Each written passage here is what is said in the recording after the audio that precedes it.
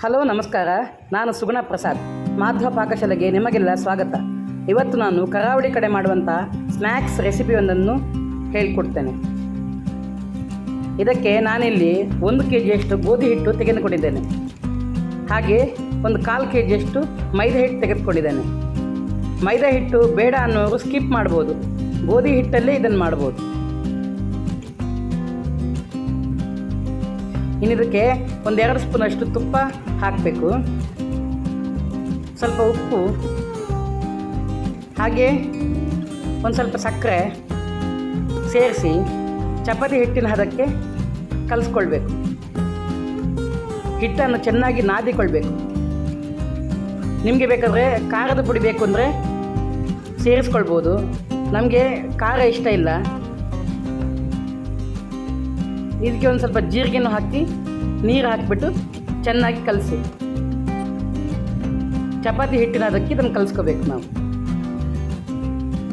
ಇದನ್ನು ಕರಾವಳಿ ಕಡೆ ತುಕುಡಿ ಅಂತೇವೆ. ನಾವು ಚಿಕ್ಕವರಿದ್ದಾಗ ಅಮ್ಮ ಯಾವಾಗಲೂ ಇದನ್ನು ಮಾಡಿಕೊಡ್ತಾಯಿದ್ರು. ನಮ್ಮ ಕಾಲದಲ್ಲಿ ಕುರ್ಕುರೆ, ಲೇಸ್ ಅಂಥವೆಲ್ಲ ಇರಲಿಲ್ಲ. ಇದ್ದರೂ ನಾವು ಹೊರಗಡೆಯಿಂದ ಅಂಗಡಿಯಿಂದ ಯಾವ ತಿಂಡಿಗಳನ್ನು ತಿಂತಾ ಇರಲಿಲ್ಲ. ನಿಮ್ಮ ಮಕ್ಕಳಿಗೂ ಇದನ್ನು ನೀವು ಮನೇಲಿ ಮಾಡಿಕೊಡಿ. ಕುರ್ಕುರೆ, ಲೇಸ್ಗೆ ಗುಡ್ ಬೈ ಹೇಳಿ ಇದೇ ಮಾಡಿಕೊಡಮ್ಮ ಅಂತಾರೆ ನೋಡಿ. ಇದನ್ನೀಗ ಉಂಡೆಗಳನ್ನಾಗಿ ಮಾಡಿ ಲಟ್ಟಿಸಬೇಕು. ತುಂಬ ದಪ್ಪನೂ ಆಗಬಾರ್ದು, ತುಂಬ ತೆಳ್ಳಗೂ ಆಗಬಾರ್ದು, ಒಂದು ಮೀಡಿಯಮ್ ಆಗಿರಬೇಕು. ಈಗ ಇದನ್ನು ನಿಮಗೆ ಬೇಕಾದ ಆಕಾರ ಕೊಟ್ಟು ಕಟ್ ಮಾಡಿ.